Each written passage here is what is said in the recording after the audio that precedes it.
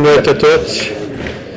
Íamos começar, desde já tenho que agradecer a presença de todos, agradecer ao Dr. Nuno Melo por estar aqui e dizer-vos que isto vai ser gravado, não vão ser gravados vocês, mas vai ser gravado à mesa, pelo que a autorização para a recolha de imagens tem que ser tida e depois o bruto será entregado ao CDS, ao Dr. Nuno Melo, para poder fazer, sendo que nós também o publicaremos nas nossas redes sociais.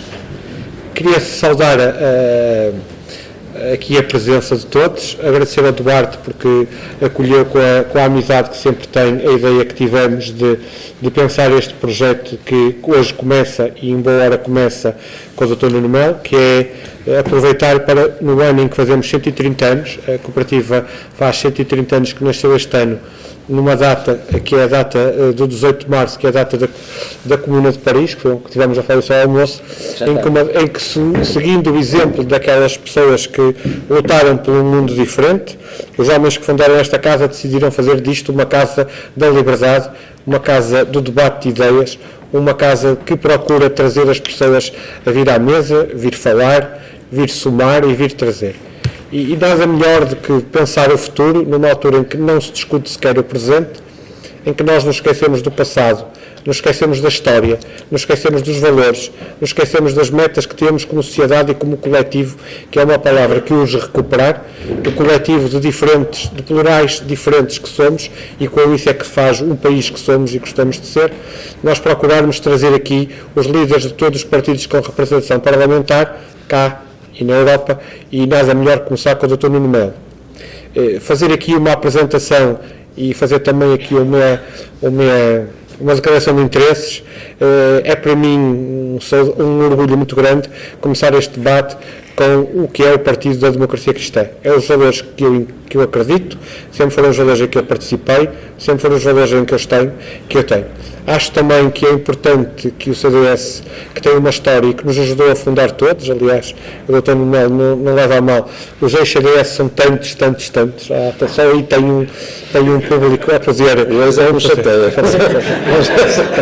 tem um público para poder captar e para poder trabalhar e, portanto, nós trabalharmos aqui com a ideia de termos um partido que é um dos referenciais do país, é um dos referenciais do que é a nossa posição na Europa, da nossa colocação de pessoas que estão na Europa, muitas delas foram e são do CDS, em quadros na União Europeia, mas também um partido que ajudou a fundar e a formar muitas das consciências das pessoas que não se revêem num espaço socialista. E, portanto, começar com um partido que tem história, que é um dos 4 partidos fundadores do que é o regime, era para nós um motivo de interessante, era um motivo de procurarmos ter aqui um início auspicioso para um debate que queremos fazer e que queremos com isso trazer aqui para esta casa, num ano que para nós é decisivo, porque é o ano da reconstrução que estamos a fazer, a iniciar do que vai ser a cooperativa para os próximos 100 anos, começar este ciclo de debates, que será seguido depois por um ciclo de debates de Pensar o Porto, a partir de novembro, Pensar o Porto em 2030, em que teremos também aqui alguns protagonistas do que esperamos que sejam as novas protagonistas da cidade, também da cidade em que estamos e a cidade em que nos revemos e trabalhamos, e portanto ter aqui uma pessoa com o currículo, com o trabalho, com o empenho e com a dedicação, uma pessoa que não virou a cara à luta quando outros fugiram e quando estavam, e por isso tê-lo aqui é para nós importante, é também muito relevante e como cooperativistas que somos, e tivemos hoje a explicar-lhe o que é para nós as cooperativas, e as cooperativas são também uma forma diferente de nós podermos encarar a sociedade, são uma forma de resolver problemas, de resolver problemas das pessoas e resolver problemas que o Estado não resolve, e nós hoje temos que trabalhar a resolver os problemas que o Estado não resolve. E por isso, não queria alongar mais, agradecer-vos a presença, agradecer ao Dr. Nuno Melo, ao Duarte pela amizade que sempre tem e sempre terá, e sempre da minha parte também terá, e portanto, lançar o desafio ao Dr. Nuno Melo, que nos deixa aqui algumas reflexões sobre o que acha que pode ser o país, o futuro, quais são bandeiras que nós devemos pegar e bandeiras que nós devemos procurar ter todos. E isso é uma questão que hoje é muito relevante. Nós temos que ter bandeiras de todos. E essas são as bandeiras que eu acho que o CDS também aporta e traz para o debate das ideias, que é aquele em que nós nos queremos situar. Muito obrigado a todos. Muito obrigado. Avanço para Bingo. Para Bingo. Muito obrigado. Eu não sei se está ligado. Está. É unidirecional, Nuno. Isso é extraordinário, unidirecional. Mas eu gosto de falar, dar-me tira-me atenção. Eu, quando ouço falar em CDS, fico logo tenso. Tanto que eu penso como é que consegue reverter, já que estamos em tempos de governo que reverteu bastante, esta situação de um partido que é o próprio hoje um partido de cooperantes, porque um partido que perdeu o grupo parlamentar e, através disso, grande parte dos recursos financeiros e da exposição mediática, tem um conjunto de cooperantes muito abnegados que tentam dar a volta às nossas circunstâncias, porque acreditamos que conseguiremos trazer o CDS para muitos melhores dias. Eu queria começar por vos dar uma boa notícia e uma má notícia.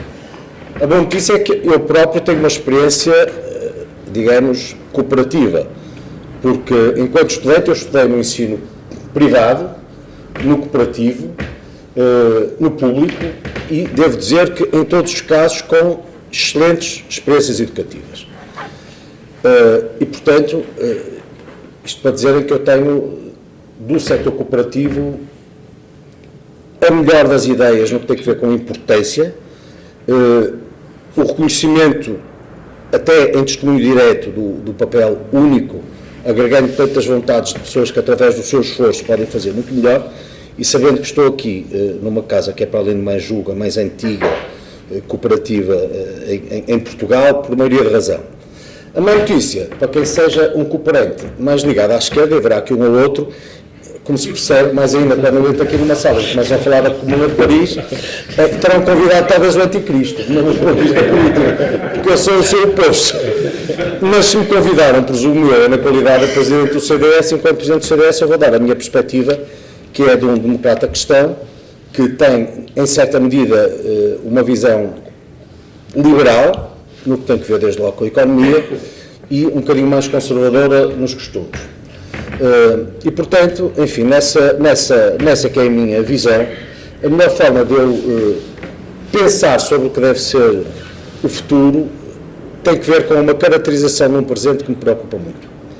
E que me preocupa muito e que me leva a um conjunto de ideias que são relevantes e que também nos motivam a propósito da construção de uma sociedade que nós queremos muito melhor para os meus filhos, tendo noção que ao longo de 40 anos também Portugal alcançou muitas vitórias e os jovens de hoje têm muitas oportunidades que a minha geração, e estão aqui algumas pessoas da minha geração, nunca tiveram, na verdade. Pronto. E dito isto, a minha passa desde logo por uma visão em que, se o Estado é importante, e nisso o próprio sentido democrata cristão do partido, enfim, eu deploro a ideia de um Estado que é pesado, que é intermissivo e que me diz aquilo que eu posso ou que devo fazer. E acho que chegamos a um limite em que realmente um partido como o CDS faz falta, porque, entre outras coisas, muitas das nossas causas de sempre hoje estão profundamente comprimidas. E estão comprimidas em termos que me levam a, por exemplo, desde logo andando para os meus filhos que têm 11 anos, ter uma grande preocupação sobre o futuro. Eu acho a começar que Portugal tem um modelo económico que é errado, e por causa desse modelo económico errado, vamos cavando problemas sociais difíceis de ultrapassar. E eu acredito, perdoe-me quem assim não pense, mas como, enfim, pessoa do CDS que sou, eu acredito que um país normal, e interpreta normal no sentido académico do termo, não é preconceituoso nem estigmatizante, eu acredito que um país que traduz o meu modelo de sociedade tem a família como uma base nuclear.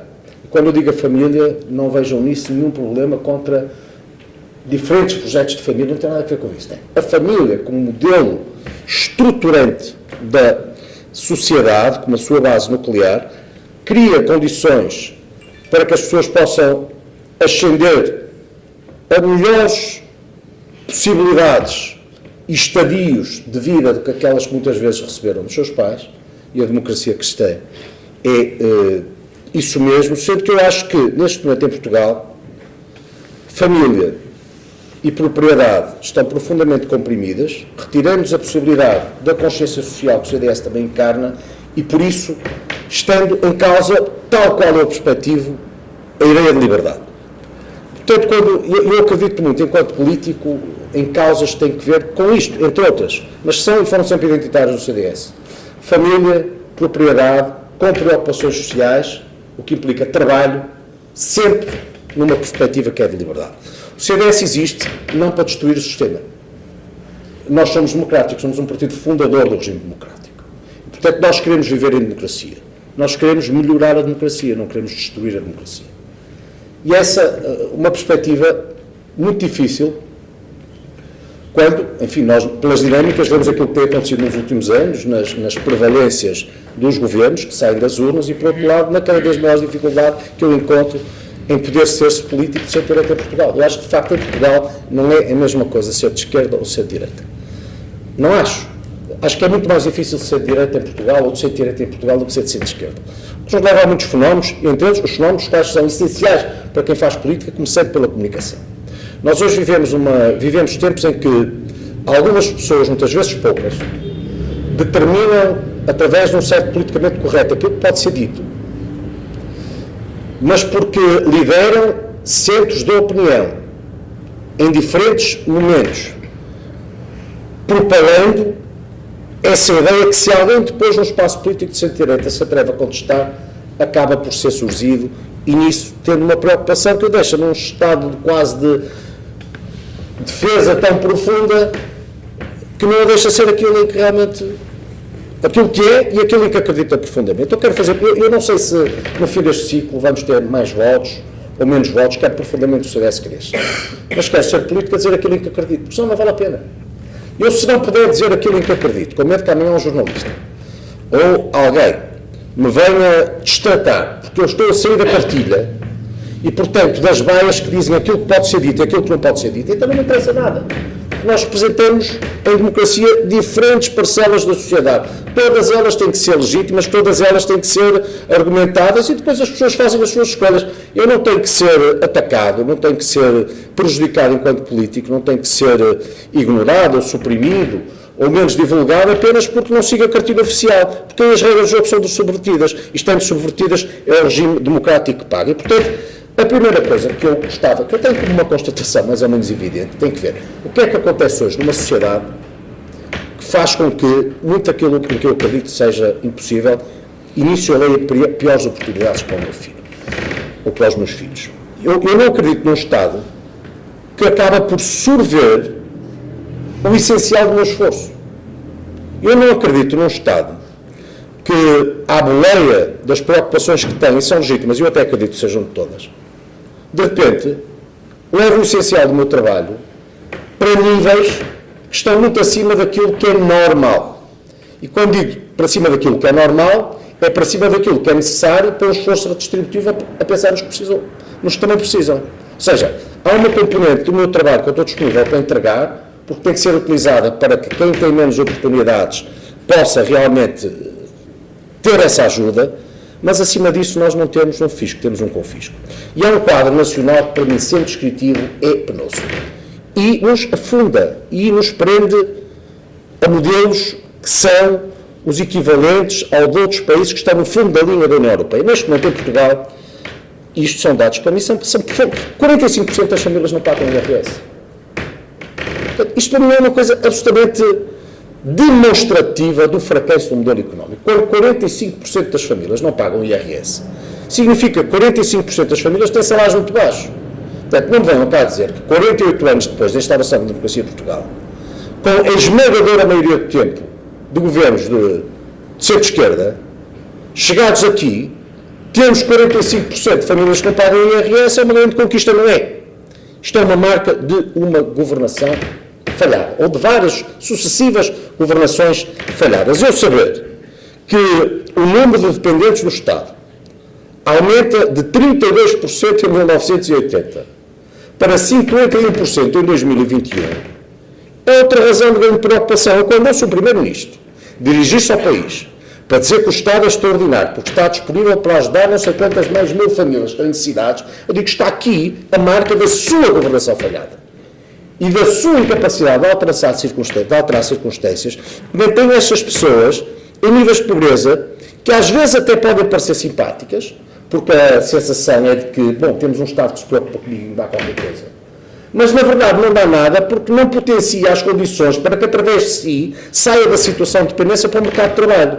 E as pessoas deviam ser capazes de refletir nisto. No tempo da nossa democracia, perto de 48 anos de democracia em Portugal, se nós temos pessoas a sair do mercado de trabalho para situações de dependência, em vez de situações de dependência para o mercado de trabalho, então o modelo económico está errado.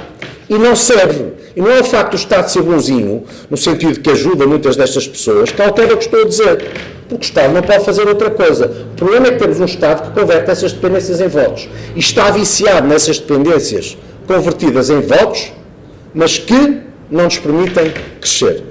E essas dependências não são boas, a começar para quem, muitas vezes, tendo alternativa, estaria noutras circunstâncias se fosse motivado a tanto. Nós temos neste momento 16% das pessoas que pagam 80% do IRS, para tudo uma assistência natural. 16% dos portugueses pagam 80% do IRS. Como é que isto é normal? Como é que isto é normal? Quer dizer, eu só consigo ler aqui a mais absoluta desproporção, porque o esforço não está repartido. E as cada vez menos pessoas que pagam cada vez mais impostos, se quiserem amanhã fazer um levantamento de rancho e dizer não pagamos, mesmo assim somos os líderes, as pessoas não fazem diferença nenhuma. Porque são cada vez mais inexpressivas num enorme conjunto de pessoas que, de facto, depende delas, mas sendo que cada uma delas, num esforço que é cada vez tão maior, que tem um rendimento disponível que acaba por ser absolutamente ridículo. Isso leva a uma outra realidade, que é a classe média. A classe média é um barómetro que nos permite medir a justiça social das políticas do país. Eu acredito nisso. Porque a classe média, enfim, nós não podemos ter a pretensão de repente sermos todos multimilionários, mas devemos ter todos a pretensão de quem está na classe média se manter na classe média e quem nasceu em patamares inferiores de riqueza poder ascender à classe média.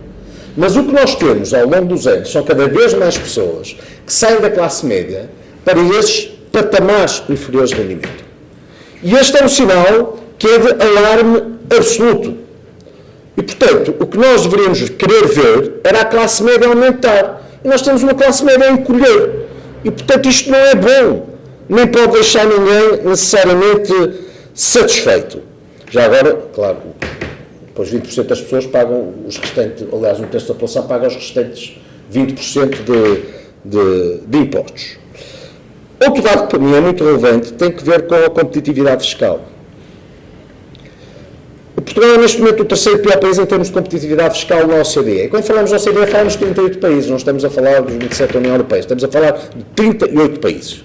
E, portanto, dizerem que Portugal é o terceiro pior em termos de competitividade fiscal também não é certamente uma coisa boa. E não me venham cá dizer que isto é justiça social.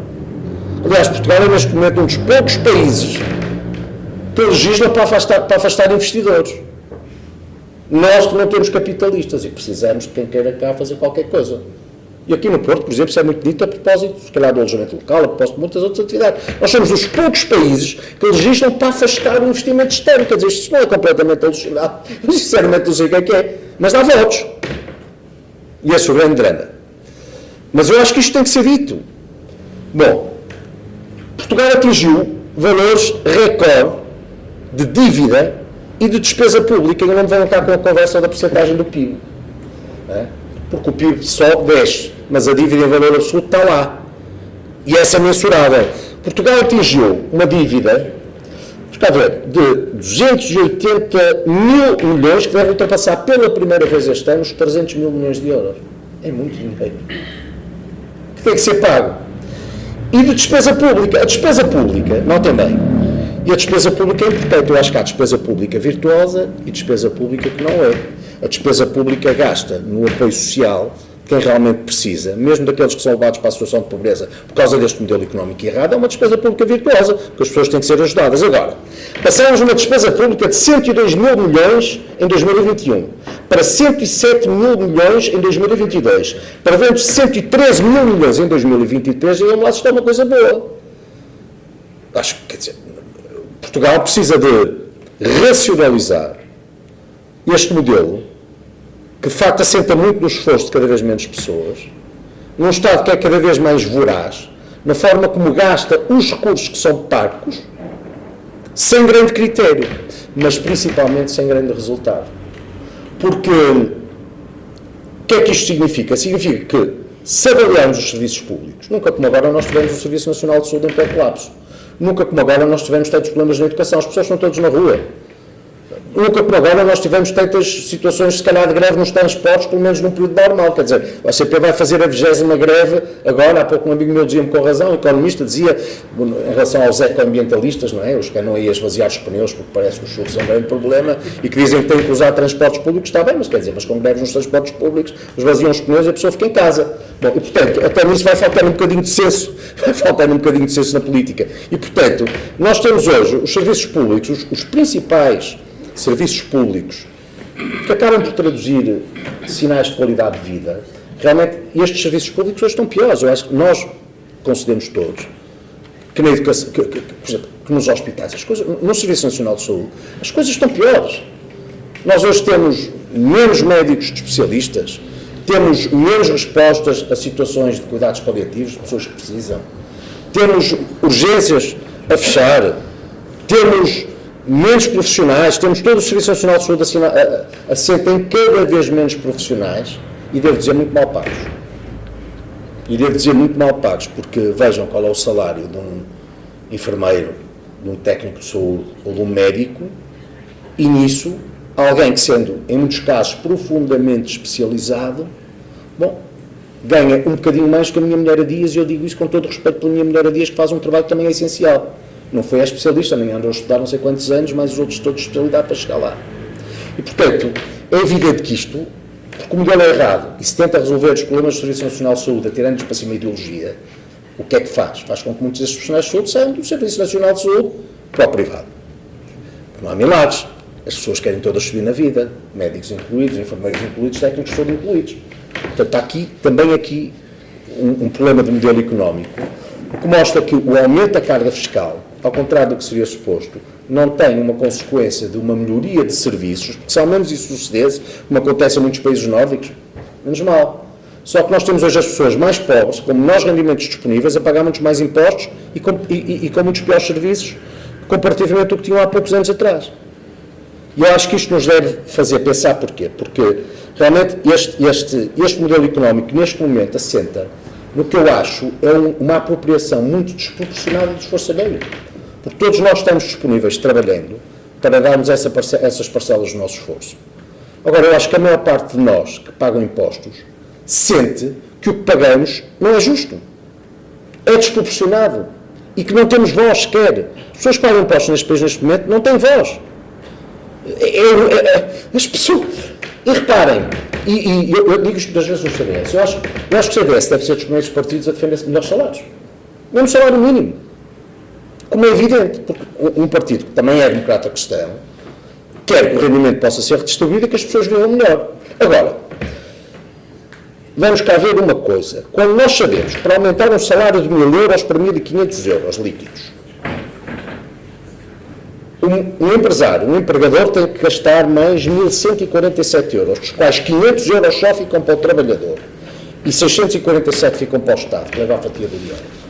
Bom, é evidente que muitas vezes os salários são baixos, não é porque os empregadores sejam uns agiotas ou porque os empregadores não tenham sensibilidade social, também haverá, não é no outro caso.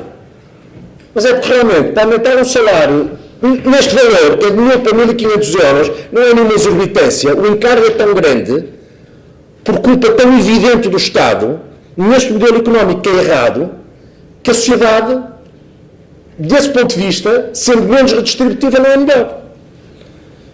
E, portanto, eu digo sempre que o CDS deve fazer melhores salários. E a melhor forma para nós termos melhores salários está na disponibilidade do próprio Estado para reduzir os encargos, nomeadamente sobre as empresas, para que, tendo mais liquidez, possam, nesse esforço redistributivo, melhorar a vida de todos. Mas não é isso que acontece. E o Dr. António Costa, nisso, devemos conceder, é um homem inteligente, do ponto de vista tático e do ponto de vista partidário, mas não é isso que Portugal precisa. Portugal, neste momento, não precisa de alguém. Aliás, eu acho que a União Europeia vive um momento tão dramático, tão perigoso, tão difícil, com uma guerra a bater à porta, com, enfim, problemas que temos que resolver todos os dias, que nós precisamos de estadistas globais, não precisamos de líderes conjunturais que pensam na próxima eleição. Bom, eu preocupo-me o que vai acontecer daqui a 10, 20 ou 30 anos. Mas não consigo ver isto. E o Dr. António Costa não consigo ver isto no governo. Porque o que eu encontro neste governo é alguém que tem uma forma já, enfim, estafada, mas que resulta. E por isso é que a repetem. Quem é que vence eleições? Quem é que decide eleições em Portugal? Quem decide eleições em Portugal são Os funcionários públicos e os idosos. Grosso modo. Porque são muitos. E, portanto, o Dr. António Costa, nos momentos que antecipa como pré-eleitorais, é aí que investe. Porque sabe que isso consegue compensar muito tudo aquilo que faz muito mal. Nós podemos ter todos os problemas que temos hoje. Mas que há pouco tempo atrás, em relação à função pública, recordam-se, em 2016 foram as 35 horas.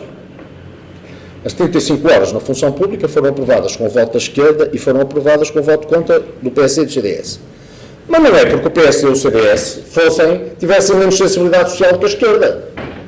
É porque se sabe que ia ter um impacto grande nos orçamentos, já de si muito comprimidos, porque sabíamos que ia ter um impacto grande na prestação dos serviços, como agora se percebe em quem tem filhos na escola pública ou em quem vai a um hospital, e porque sabíamos que, para além do mais, não é justo, porque cria um tratamento totalmente desigual em relação ao setor privado. Mas isto, para quem pensa na próxima eleição, é uma medida inteligente. Está hoje a pagar todos os problemas de uma decisão que foi puramente eleitoral, mas não interessa nada por ter os votos, até conseguiu uma maioria absoluta. E agora, perante uma instabilidade política que é evidente, os sinais também estão todos aí.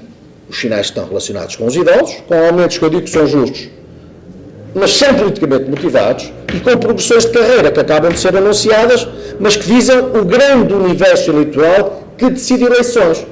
Acontece que, para além do grande universo eleitoral, os problemas do país que são estruturais, nisto não são resolvidos. Mas os problemas do país que são nítidos, nisto são seguramente agravados. E é muito impressionante para mim perceber que os partidos de centro-direita, nomeadamente o CDS, notem, o CDS é um partido experimentado. O CDS esteve em 7 governos neste país. E eu acho muita graça agora quando dizem o CDS, bom, o CDS não tem representação parlamentar. É o grande argumento para nós muitas vezes não termos empresa. Não temos representação parlamentar. Está um livro que tem um deputado. Ou um PAN que tem um deputado. Em compensação, o CDS não tem um deputado. Mas governa 40 câmaras municipais em coligação. Governa sozinho 6 câmaras municipais. Está no Governo Regional dos Açores e no Governo Regional da Madeira. Tem uma delegação no Parlamento Europeu. Os outros não têm nada disto, mas o CDS já não tem representação parlamentar. Bom, as coisas são como são. Mas dito isto, de facto, é muito preocupante para mim perceber, neste modelo económico errado, toda uma lógica que é eficaz do ponto de vista partidário e eleitoral, mas que nos atrasa na resolução dos problemas estruturais que nós precisamos para nos conseguirmos aproximar da média superior da União Europeia. E Portugal, neste momento, depois temos vários chavões em que vamos, basicamente, assentando muito do nosso debate político, e um deles é que temos a juventude mais qualificada de sempre. Eu às vezes pergunto-me se temos a juventude muitas vezes mais qualificada ou com mais títulos de sempre. Mas isso levava-nos a outra discussão. Mas não há dúvida que temos uma juventude hoje com licenciaturas, com mestrados, necessariamente qualificada. Mas 70%, 77% dos jovens recebem salários entre 414 euros e 1.154 euros em Portugal. Agora, digam-me lá se Portugal é, do ponto de vista do mercado de trabalho, atrativo para algum jovem, principalmente para aqueles que são mais qualificados. Saem de uma faculdade, querem viver, querem ter um salário decente e oferecem dizer, na maior parte dos casos, 414 e 1.154 euros. Portanto, isto é profundamente errado. Mas isto está ligado a este modelo económico, que por ser assim, por onerar demasiado, muito poucos, cada vez menos, para redistribuir pouco a cada vez mais, e principalmente sobre as empresas também cobrando muitos impostos, que não nos dão liquidez, acende ainda de muita burocracia e numa carga fiscal pesada, em capacidade de aumentar salários, o resultado acaba por ser este. E nós estamos a descapitalizar o melhor das nossas gerações. A maior parte dos jovens, eu todos os dias em Bruxelas encontro jovens, um assistente do meu gabinete que teve um problema de saúde sério e de repente é internado num hospital na Bélgica, num hospital de referência da Bélgica. Talvez dos 7 enfermeiros que lá estavam, 4 eram portugueses. E eu no final dizia-lhes, realmente, eu sinto-me orgulhoso pelo que estão a fazer aqui. E o que uma senhora enfermeira me disse foi, eu sei, doutor, mas sabe, eu gostava muito mais de estar a fazer o que estou aqui em Portugal. Só que em Portugal não me pagam, nem tenho a oportunidade de fazer o que estou aqui. Portanto, isto é uma consequência de qualquer coisa. E normalmente o grande argumento à esquerda é o das preocupações sociais, que assentam num assistencialismo que é, na verdade, a consequência de medidas que não permitem o que eu acho deveria suceder, que era através de um dinamismo da economia, das oportunidades às famílias, das oportunidades nas empresas, permitir que as pessoas ascendessem a patamares superiores de riqueza, com maior redistribuição, com melhores salários e com empresas mais competitivas. Isso é uma divisão, é uma fronteira entre um pensamento legítimo à esquerda e um pensamento legítimo à direita. O que aqui eu leio à esquerda como mau, a esquerda lê como virtude. Bom, eu acho que eu tenho razão, tenho muito menos votos, pronto. E por este caminho, coisa pronto. Bom, dito isto, claro que agora há um outro argumento que tem sido muito evidente em relação ao Partido Socialista, principalmente, e que tem que ver com o facto de que Portugal vai crescer muito em 2023. Convém que quem olhe para o crescimento em 2023, que é também de instituições europeias, leia o quadro todo e não se fique pelo número 2023. Para começar, tem que ler um quadro conjunto. E um quadro conjunto começa em 2015 e nós estamos em 2023. Portanto, há um balanço que não é 2023, tem que ser feito neste tempo que é num ciclo. E o que nós vemos neste ciclo, que é o tempo de governação do Partido Socialista, é que Portugal tem sido ultrapassado sucessivamente pelos países que são do nosso campeonato. Os países do nosso campeonato não são a Alemanha, nem a França, nem a Itália, mas são seguramente países de leste, que aderiram à União Europeia depois de nós, muito mais pobres do que nós, muito mais tarde do que nós, e que hoje estão à frente de Portugal. E esses é que são os nossos campeonatos. E se repararem, a única diferença, ou a principal diferença, do ponto de vista do modelo económico e das decisões políticas, entre estes países de leste que nos ultrapassam e o que acontece em Portugal, está a começar na fiscalidade. Estes países reduziram em valores drásticos o peso fiscal do Estado. Ultrapassaram-nos todos. Portugal aumentou impostos, nós temos hoje valores recorde de impostos sobre o trabalho e sobre as empresas, como nunca aconteceu antes. E não está cá a troika. E a culpa não é de Passos, nem de Portas, já agora, não é? Mas nós, sem intervenção da troika, temos hoje a carga fiscal mais alta em valores recorde da União Europeia. Portanto, temos de carga fiscal, de despesa e de dívida. E isso são opções políticas. Bom, e portanto, e as consequências estão nesse nosso campeonato. Portugal foi ultrapassado pela Polónia e pela Hungria, antes disso foi ultrapassado pela Estónia e pela Lituânia, e agora estamos a ser ultrapassados pela Roménia. E eu que entrei no Parlamento Europeu em 2009, enfim, então, e não precisava de lá estar, quem cá está também o ofere com facilidade, porque os dados são públicos, mas percebi nesta dinâmica os países que eram, por acaso quando entrei em 2000, um pouco depois, foi um problema muito trágico, porque em 2011 tivemos a crise e Portugal era tratado mal e porcamente como um país que se tinha aproveitado do dinheiro dos europeus e aproveitando-se do dinheiro dos europeus, agora queria que os europeus pagassem a dívida. Pronto, foi o período da troca, entramos nós, resolvemos o problema. E ganhámos eleições, mas não governamos. Mas isso são contas do outro rosário. Agora, na altura, estes países eram muito mais atrasados do que nós. E nós tínhamos todas as condições para ficar muito à frente deles e muito mais rápido. E ultrapassaram-nos todos.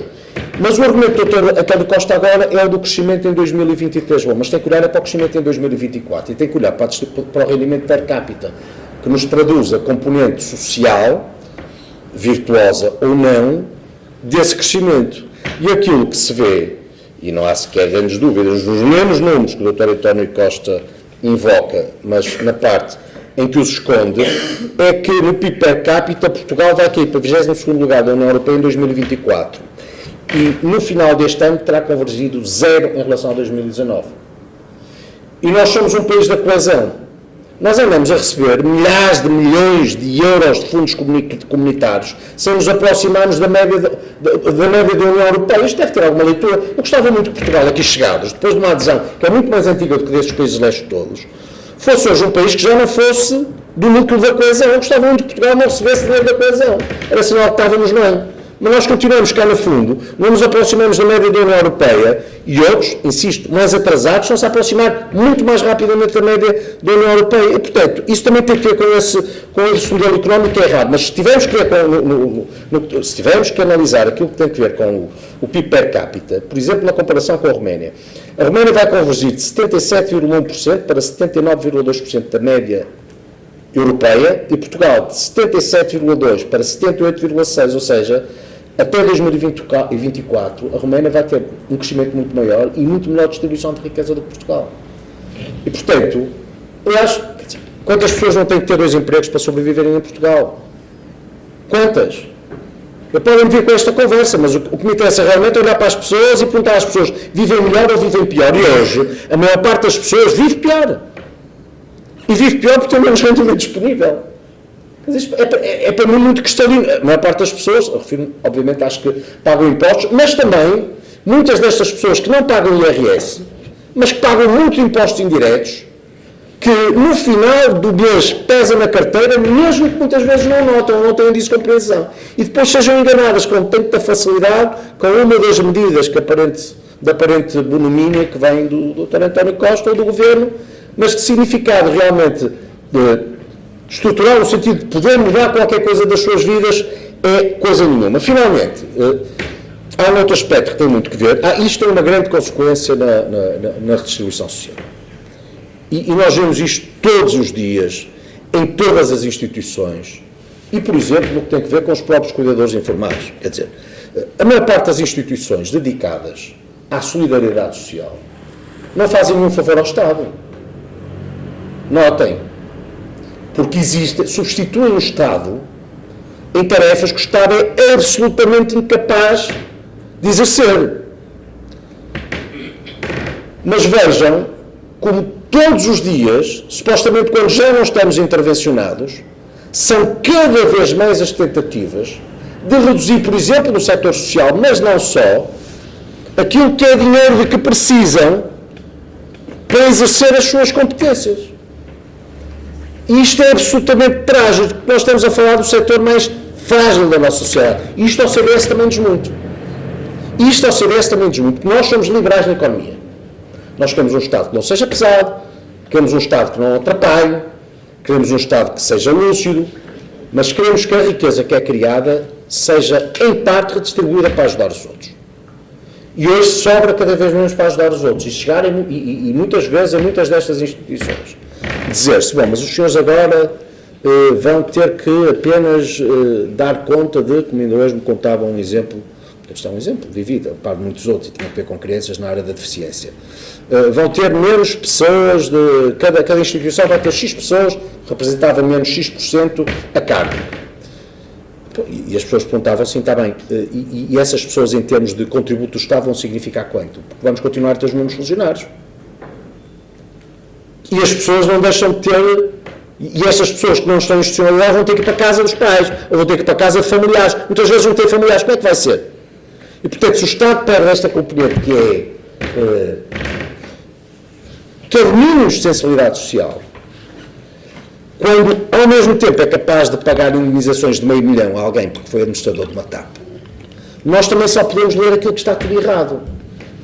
Eu perguntava-me, só aquela indemnização paga ao ex-administrador da TAP, que diferença fazia durante um ano numa destas instituições?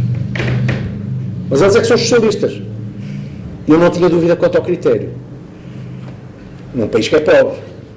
E que eu gostava que pudesse ser muito mais rico. E, portanto, há um outro aspecto que também para mim é muito relevante e queríamos aqui dizer, que tem que ver com a propriedade. Eu acho que qualquer pessoa quer ascender na vida. E qualquer pessoa quer poder conquistar mais alguma coisa do que aquilo que recebeu dos pais. Pelo menos aqueles que não são ricos são muito ricos. É isso que é suposto. A pessoa nasce sem grandes possibilidades, tem que ter as oportunidades, tem que ter um bom emprego, se conseguir, se tiver capacidade, tem que conseguir comprar, adquirir propriedade. Em Portugal, 70% das pessoas têm casa própria. Só que nós hoje em dia, e a propriedade é um direito constitucional típico dos países democráticos de direito que se dizem civilizados, quer dizer. Mas em Portugal, hoje em dia, na verdade não há proprietários, há arrendatários do Estado. Percebam o que é, a qualquer pessoa que tem uma casa, carro. Quer dizer, hoje ser proprietário é pecado e os impostos são castigo. Pronto. Quando eu acharia que ser proprietário era sinal de sucesso, de que se conseguiu qualquer coisa e que o Estado devia defender isso uma coisa boa. São tantos os impostos que se pagam quem é proprietário, de IMT na compra, de IMI, de imposto de selo, de mais-valias, de uma multiplicidade de taxas e taxinhas que estão sempre na cabeça mirabolante e delirante do legislador tributário, que hoje o proprietário de facto não é proprietário no sentido que aquilo não é seu, porque muitas vezes não consegue ganhar para manter aquilo que comprou na sua esfera jurídica, não é proprietário, é um arrendatário do Estado. Portanto, isto também não é normal. Porquê? Porque neste Estado completamente descompensado, que gasta o que não tem, tudo serve para buscar dinheiro onde seja e para dificultar a vida a quem trabalha. E esse é um dado para mim muito perverso da equação. Porque nós vivemos num tempo em que trabalhar em Portugal muitas vezes não compensa. Quer dizer, não compensa pelo tratamento que é dado às horas extraordinárias, não compensa até por às vezes uma pequena subida num escalão de IRS, que no final nos ajuda a perceber que tendo-nos nós esforçado mais, no final ficamos com menos e levamos menos para casa. Onde é que está aqui o estímulo ao trabalho? Não está. Mas o legislador tributário não quer saber disso. Porque o legislador tributário é esperto. E o doutor António Costa é o grande cacique do legislador tributário. Porque não sendo da área da economia tem realmente uma imaginação que nisso supera-os muitas vezes. Porque é quem depois dá a boa notícia da subida que a pessoa interioriza como sendo grande medida. O socialismo que nos ajuda e que tem grande sensibilidade social, e depois no fim do ano a coisa já foi, entretanto já deu o voto, teve a maioria absoluta, e a pessoa tem menos em casa. Mas este é um ciclo tão perverso que nós vivemos há tantos anos, que eu não sei como é que se vai quebrar. Eu há pouco falava dos governos em que o CDS esteve, e foram 7. Eu não recordo um governo em que o CDS tenha estado que não fosse para pagar dívidas.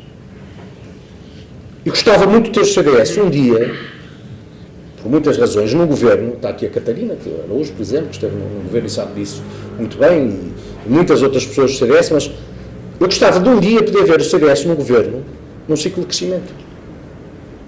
Num ciclo de crescimento. Porque nós vivemos um ciclo tão perverso, em que o prevaricador gasta, tem votos, perde as eleições porque as pessoas intuem que o país está mal e alguém tem que resolver o problema, que depois chegando lá tem que ter as atitudes difíceis, que fazem com que essa esquerda aproveite essas atitudes difíceis como um problema, a merecer castigo nas urnas para que depois, quando as coisas estão novamente bem, chegue o socialismo outra vez ao poder. E nós nunca conseguimos quebrar este ciclo perverso. Mas este ciclo tem que ser... O eleitorado tem um dia que perceber.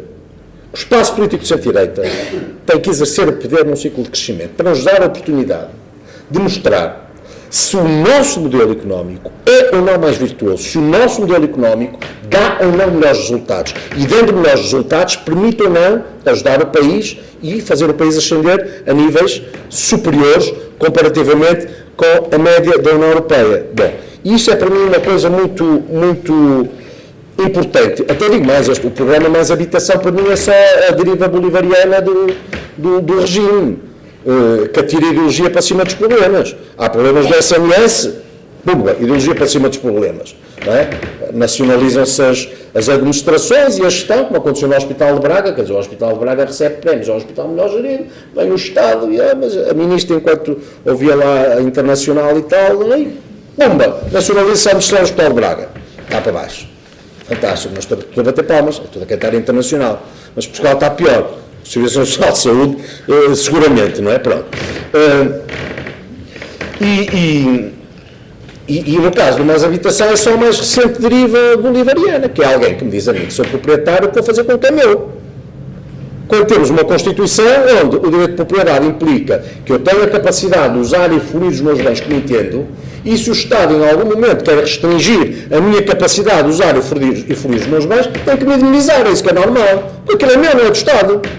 É um bocadinho como os filhos na educação, não? O Estado também acha que agora os filhos são filhos do Estado, não são meus filhos, e os meus filhos é que agora têm que fazer uma série de coisas que eu acharia, eu como pai é que devia decidir, mas já são contas do Dr. Rosário também, eu não quero preocupar aqui as pessoas mais à esquerda na sala em levar isto para um tema que já não é meu. Agora, realmente, são coisas extraordinárias. Nós temos agora um Estado, quer dizer, a dizer-me que em relação ao que é meu, não só vou ter que arrendar compulsivamente, como o Estado é que me vai dizer qual é a renda e não me paga um centavo por isso. Onde é que nós estamos? Isto é normal em qualquer parte do mundo. No regime democrático não é. É normal dizer-se a pessoa, nós crescemos com a Baixa do Porto decrépita. As casas mais bonitas, mais extraordinárias, mais... Todos nós passávamos lá e pensávamos, mas porquê é que isto não está reconstruído, maravilhoso, habitado, boa construção, jardins incríveis? Porquê é que não está? Eu não tenho dúvida nenhuma que foi graças ao investimento de nós, quer dizer, muitos de nós, que foi graças a investimentos privados que muito deste património edificado foi recuperado, entrou no mercado, criou postos de trabalho, gerou impostos, requalificou aldeias, vilas e cidades. Mas é agora, quando as pessoas investiram, quando tudo está a funcionar e estão a amortizar os seus investimentos, que chega ao Dr. António Costa e a Sra. Ministra dizem, desculpem lá, mas isto agora acabou.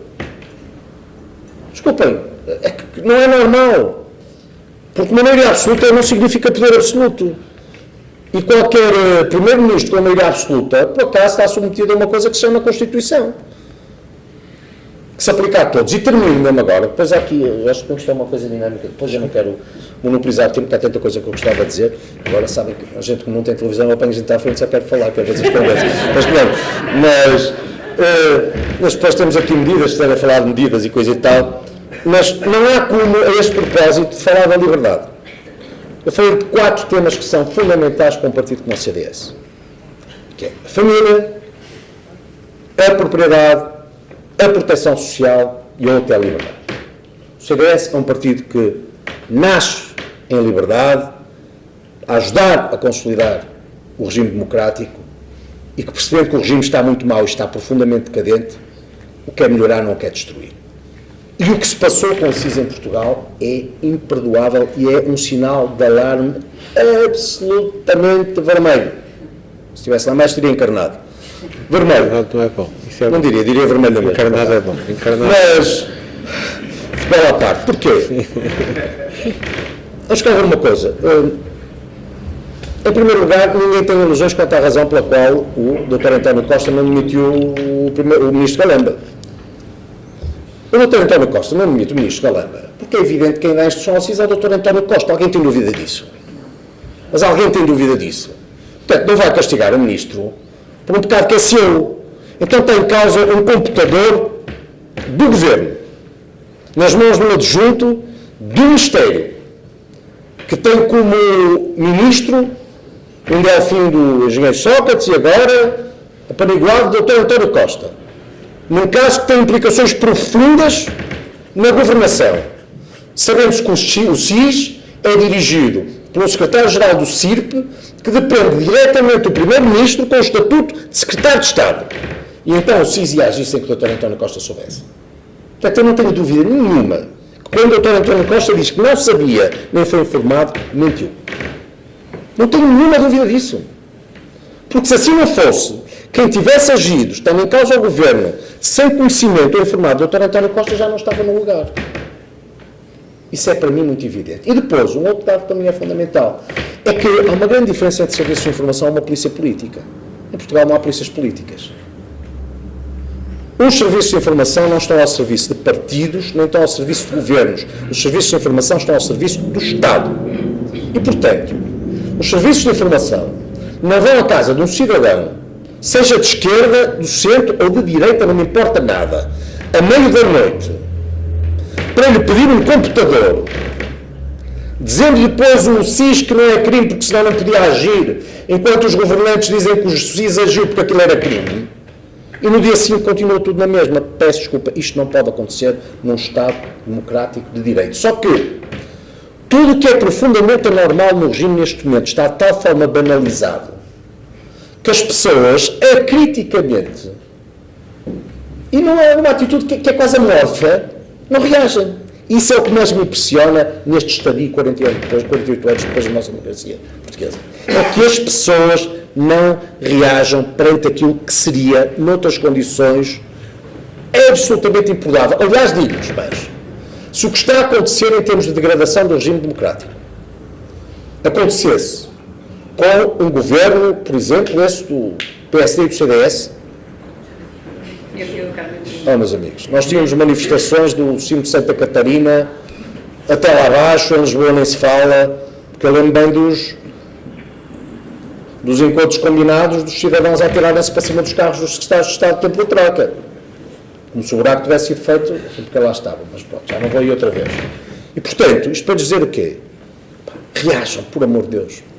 É o que eu digo às pessoas, reajam,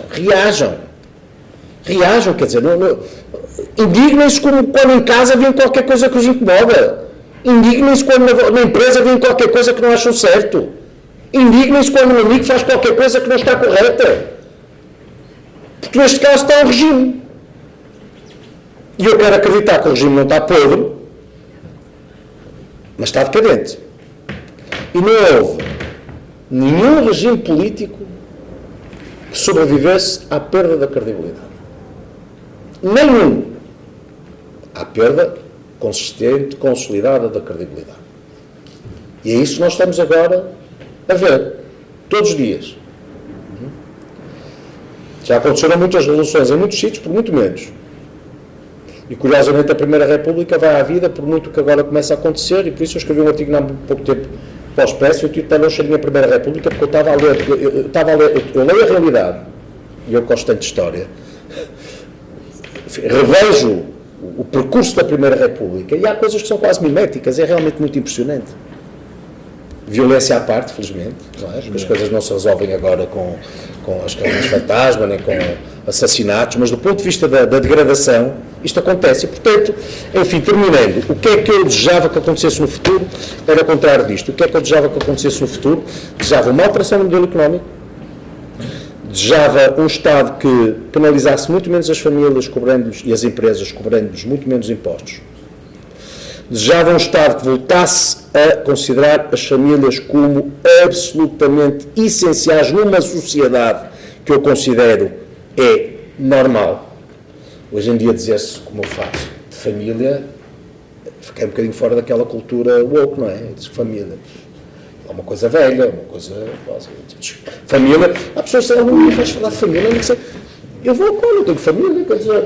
Aliás, eu acho que não há expressão mais solidária num Estado que as políticas de família. Porque as políticas de família abrangem o casal, abrangem os filhos, abrangem os ascendentes. Quer dizer, a família é para mim realmente nuclear. Pronto. Portanto, não me interessa nada se é antigo. E eu estou a falar também para as pessoas que eu acredito neste país e não se referem naquilo que o CDS diz. Eu não tenho a pretensão de agradar a quem vota no Bloco ou no PC. Não tem, porque realmente o que eles são não são o que eu significo. E se acredito numa sociedade plural, multipartidária, significa que tem que haver quem os represente, naturalmente, mas tem que haver também quem representa os que pensam como eu. Eu acredito sinceramente que há muitas pessoas que ainda pensam como eu penso e como pensam os dirigentes do meu partido e muitas pessoas que já desempenharam funções e outras que eu acredito que vão desempenhar funções no futuro. Não é verdade? Portanto, eu acredito que realmente família, propriedade, preocupações sociais, e, como denominador comum, liberdade são valores absolutamente fundamentais pelos quais vale muito a pena lutar nos próximos tempos. E se assim suceder, e se assim acontecer, eu pelo menos acertando ou não acertando, porque é aquilo em que eu acredito. Seguramente, sendo isto que o CDS vai fazer, eu acredito que ainda vai haver um lugar relevante para o CDS de novo no futuro, na democracia portuguesa. Em relação a isso, e agora eu dirijo-me aos ex-CDS.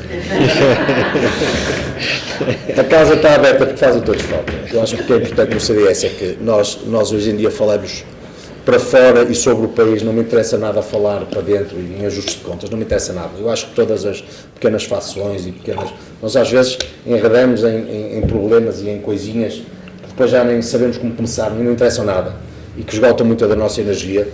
Portanto, o que lhes quero dizer é que esta é uma casa que eu quero seja, ou possa ser uma casa relevante do centro-direita em Portugal, onde fazem falta.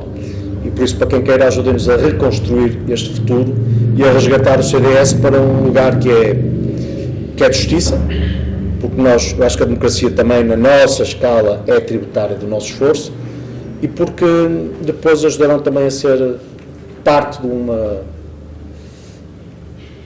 do que aconteceu já em alguns países, onde partidos saíram do Parlamento e voltaram em ações mais fortes. Os liberais na Alemanha, há muitos outros noutros sítios. Portanto, pelo menos é assim que eu trabalho. Muito obrigado por me ouvirem. Se quiserem, continuamos esta conversa. Fico mesmo muito feliz por ter podido estar aqui, Sr. Presidente, e muito grato pelo seu convite e pelas suas palavras iniciais. Obrigado.